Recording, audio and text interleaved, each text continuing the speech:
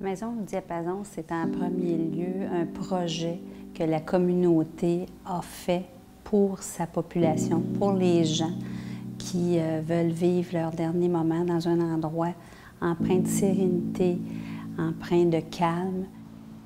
Ici, à la Maison du Diapason, il y a une présence infirmière 24 heures sur 24. Il y a aussi une présence médicale tous les jours.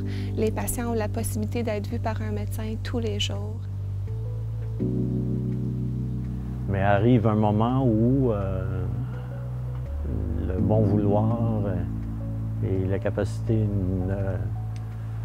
ne sont plus au rendez-vous. À ce moment-là, je pense que c'est bon de sentir qu'il y a des équipes médicales, professionnelles, qui peuvent prendre le relais un petit peu pour nous dégager un peu finalement de tout cet aspect qui est quand même assez contraignant dans une maladie quand on sent que ça évolue vers la fin.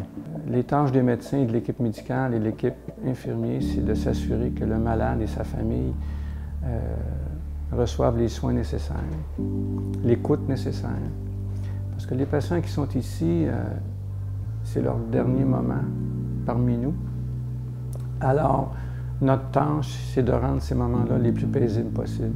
La famille a une place primordiale et prépondérante dans des soins palliatifs de qualité. On ne peut pas accueillir un malade qui est en fin de vie sans prendre en considération l'historique familial et la présence des proches. On a même, dans l'aménagement de la maison, il y a des lieux physiques qui ont été pensés pour accueillir les familles qui veulent rester ici quelques jours pour accompagner leurs proches. Il y a aussi une plus-value au niveau de l'environnement. Okay? C'est pas comme un hôpital ici. C'est pas pour rien qu'on appelle ça une maison. C'est qu'on essaie de créer un lieu physique qui ressemble à une maison, un lieu paisible, calme, puis aussi dans un environnement naturel assez exceptionnel.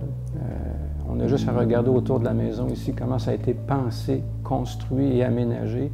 C'est vraiment un lieu où la sérénité peut s'installer plus facilement. L'environnement de la Maison du Diapason est adapté aux besoins des personnes en fin de vie.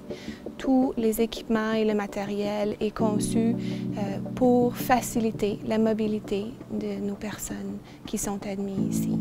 Nos environnements extérieurs sont aussi accessibles en fauteuil roulant, mais aussi en lit. On peut sortir les lits dehors. Je pense que c'est le personnel, que ce soit le personnel infirmier, en fait, les gens qui prodiguaient des soins, ou les bénévoles.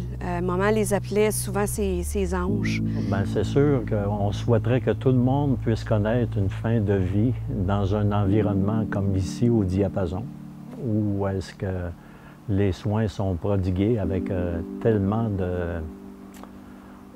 de cœur, tellement de respect, de dignité. Ici, à la Maison du Diapason, les patients mangent ce qu'ils veulent, quand ils veulent. On essaie de toujours y aller avec leurs besoins, mais aussi avec leur rythme de vie. Donc, si une personne décide qu'elle veut manger plus tard dans la journée ou qu'elle veut se laver en après-midi, on essaie de toujours respecter. Lorsqu'un malade est admis ici, peu importe la durée de son séjour, le séjour est sans frais. Il n'y a pas de coût relié au séjour ici à la maison. Il n'y a pas d'heure de visite à la Maison du Diapason. Les gens peuvent venir quand ils veulent. Nous ne mettons pas de limite non plus sur le nombre de personnes qui peuvent visiter à la fois.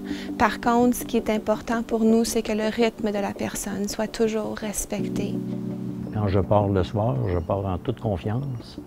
Je fais confiance en la vie, d'abord, puis à tout le personnel qui est ici, ils ont mon entière confiance.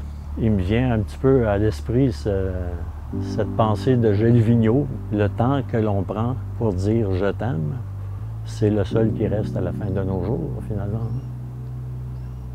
Puis dans la vie, je pense qu'il n'y a que ça qui compte. C'est l'amour qui est plus fort que tout. Puis ici, c'est une belle histoire d'amour.